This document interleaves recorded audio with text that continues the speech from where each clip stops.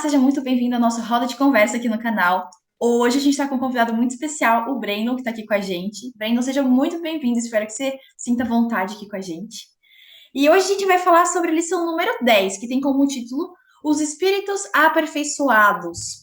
Então, basicamente, na lição de domingo fala um pouquinho sobre a questão da carta aos Hebreus, que ela ensina pra gente um pouquinho, parece ensinar, que fala que os espíritos dos justos vão para o céu depois da morte. E o objetivo da lição é exatamente analisar de uma forma bem minuciosa sobre se isso é verdade ou não.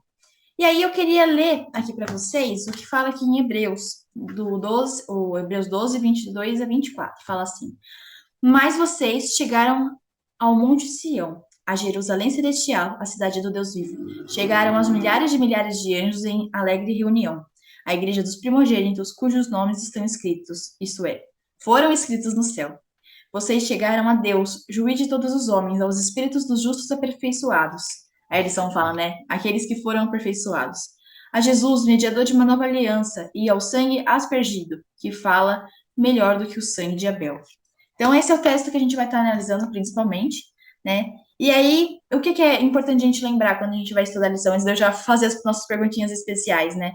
Entender o contexto da época. Vamos sempre ter isso em mente para que a gente possa ter da melhor forma possível. E aí, vale dizer, né, pensando no contexto, em que Paulo, quando ele escreve Hebreus, ele traz para a gente a situação que era muitos judeus que estavam aceitando Jesus como Messias estavam começando a abandonar a fé e retomar os seus antigos costumes, que eles consideravam de fato os verdadeiros valores do judaísmo. Mas então aqui em Paulo é ótimo, né? Aqui em Hebreus, Paulo ele quer trazer para a gente o sentido de convencer os judeus cristãos a perseverar na fé, né? Então, encontrando a salvação unicamente em Cristo. E ele cita um pouco das alianças, como a gente já estudou num trimestre aí sobre as alianças. Então, vamos lá começar com essa brincadeira. É, eu queria saber de vocês, né? Como que enxergar os bastidores da história da salvação ajuda a gente a entender mais sobre o plano de Deus e o seu amor para salvar a humanidade? Bom, eu acredito que pelo meio do sacrifício de Cristo se tornou possível que nós, pecadores, fôssemos perdoados diante da lei de Deus, né? E um dia nos tornarmos perfeitos perante a lei dele. Quando a gente consegue entender de um jeito mais profundo a história da redenção, eu acho que a gente começa a descentralizar. A gente começa a perceber que o foco não está no nosso pecado. A Bíblia não conta necessariamente a nossa história. A gente aparece e aparece muito lá, mas a ênfase está na busca de Deus por cada um de nós.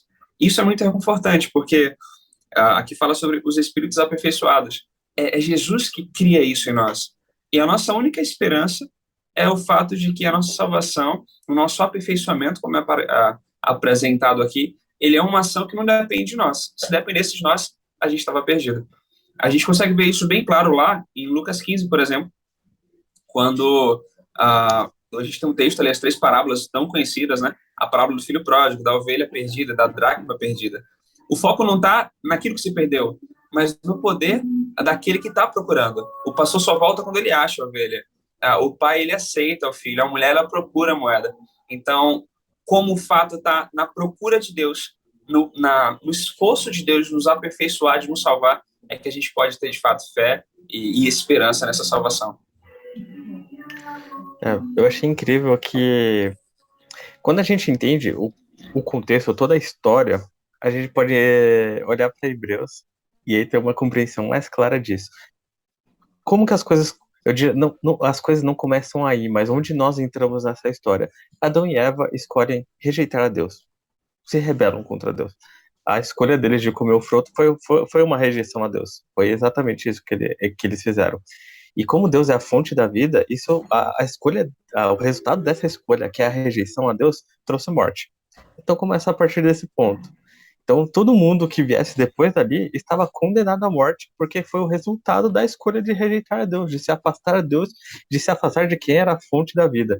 E a partir disso, Cristo ele já tinha todo um plano bolado para como ele poderia redimir o ser humano, como ele poderia alcançar, como o Breno falou, como ele poderia alcançar essas pessoas que em algum momento, que lá no passado e hoje, né, atualmente, escolheram rejeitar Deus, escolheram se desligar de Deus. Como que ele poderia criar uma conexão de novo para essas pessoas? Como que ele poderia trazer vida para essas pessoas? Um fato curioso, quando eu estava estudando a lição, eu pensei nisso.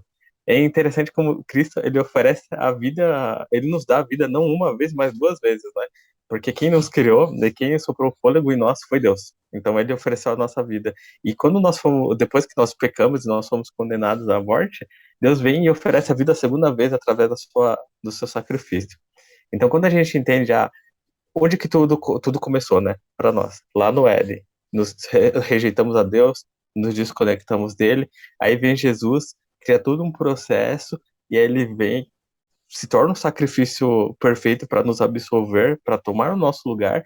A partir de então, nós começamos a ver sobre uma nova ótica, uma nova esperança. Isso foi o que aconteceu em Cristo.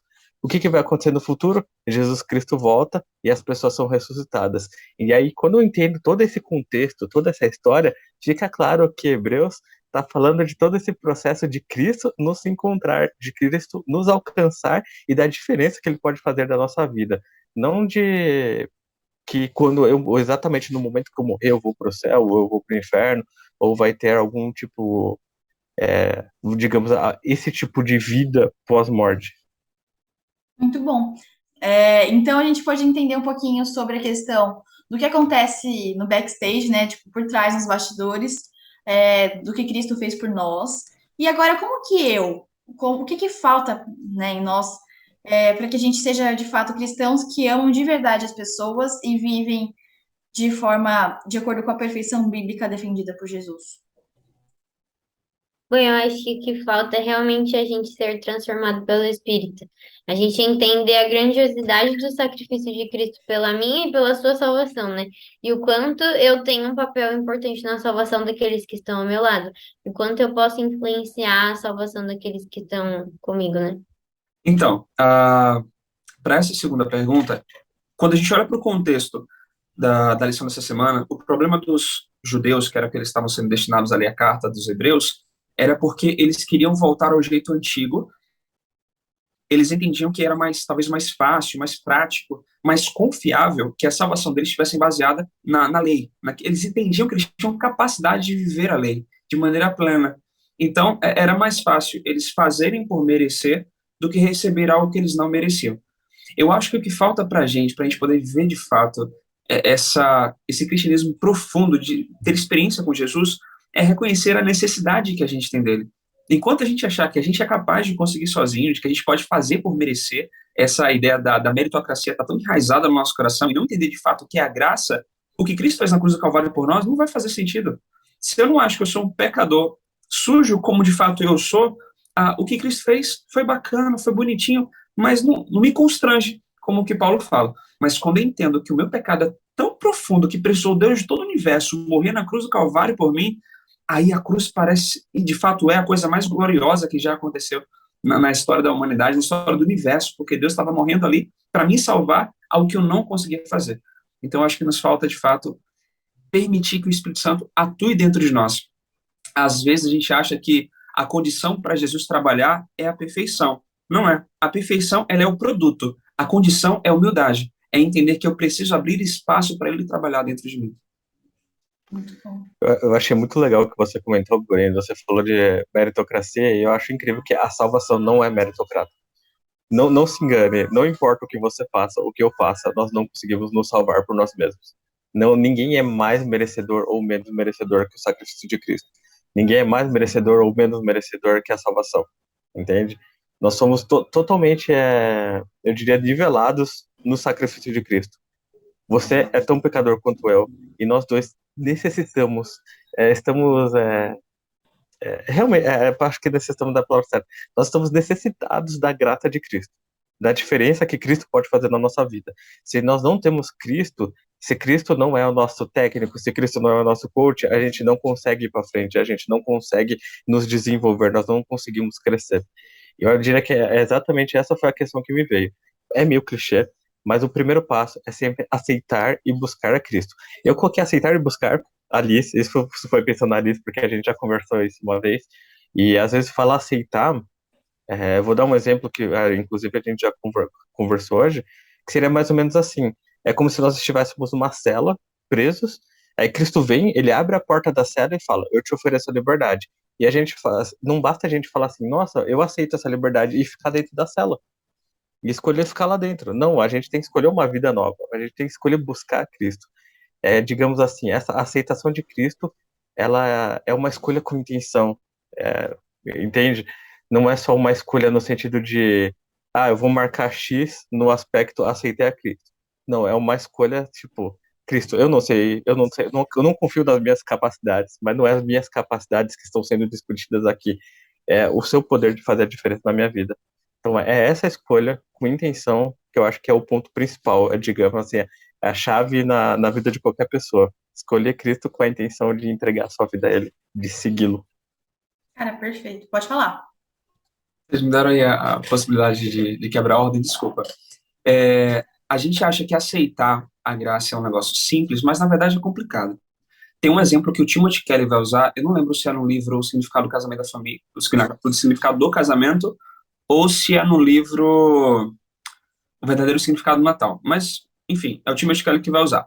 Ele vai falar o seguinte, imagina você estar numa festa de virada de ano, e um amigo secreto, cada um está presenteando o outro, e alguém chega para você e te dá um presente, você está todo animado para abrir, você percebe que é um livro e você gosta de ler, só que quando você vai olhar o título, tem 2 livros lá, o primeiro diz assim, como chegar ao peso ideal em 2 semanas. O que você vai entender que a pessoa está falando para você? Tô Que você está acima gordinho. do peso. O outro livro, você vai olhar o título super animado para ver se a situação melhora, como vencer o egocentrismo. Ela está te chamando de quê? De egoísta. Se você diz para a pessoa obrigado, você aceita aquilo ali, está reconhecendo de alguma maneira que você precisa daquilo. Então, aceitar a graça é difícil porque é um presente tão bonito e ele é bonito porque nós precisamos. E quando eu aceito o que Jesus fez, todos os meus defeitos são ali mostrados, eu preciso reconhecer quem eu sou. E esse é um processo difícil para a gente porque mexe bem no nosso ego, né? Cara, eu adorei. Eu Incrível. adorei, nunca tinha ouvido. Perfeito, nem sei o que falar. Vicky, é com você. Bom, esse é o momento do falar aí, então, Léo, pode rodar a vinheta. Momento Fala aí! Como você já sabe, esse é o momento onde a gente resume a lição da semana em uma palavra. Então já deixa aqui nos comentários a sua palavra da semana para você interagir com a gente também. A palavra que eu escolhi foi sacrifício. Escolhi essa palavra porque é a partir do sacrifício de Cristo que a nossa vida eterna ela se torna possível. Então escolhi essa palavra. Eu escolhi a palavra alegria. Eu acho que é o sentimento que a gente tem de descanso quando a gente vê que é Jesus que fez por nós. A gente só comemora e é transformado pelos efeitos da ação dele. A minha palavra foi jornada. Eu não sei porque eu não penso muito no que aconteceu antes, mas no que acontece depois que Cristo me encontra, sabe? Talvez porque em algum momento Cristo já se apresentou, já me encontrou, e agora eu esteja pensando como que a minha vida vai se desenvolver agora que eu estou caminhando com Cristo. Então eu pensei muito na ideia de jornada, sabe? De agora que Cristo está me guiando, para onde eu vou? Como que eu vou, sabe? Em que direção eu vou? É mais ou menos essa ideia. Cara, eu amei, porque cada um falou uma palavra que tem a ver realmente com uma história, traz um começo, meio e fim. A minha palavra é relacionamento, porque eu acredito que no relacionamento, quando a gente conhece a Deus cada dia mais, a gente vai entendendo a graça que Ele deu pra gente, e a gente vai conseguindo, realmente, quando você lê a Bíblia, você fala, caramba, realmente tem coisa pra arrumar. Então, eu acho que é interessante o relacionamento e também quando a gente está com Cristo, a gente consegue fazer diferença na vida das pessoas. Então, essa transformação vai sendo a cada dia. A cada dia que você se relaciona, vai tendo uma transformação no seu coração. Então, essa é a minha palavra. E para finalizar, eu queria ler para vocês aqui um texto que está na parte de sexta-feira, que diz o seguinte para a gente. Deixa eu confirmar. Ok? É o terceiro parágrafo que eu vou ler aqui para vocês, que fala assim: precisamos manter sempre diante de nós a eficácia do sangue de Jesus.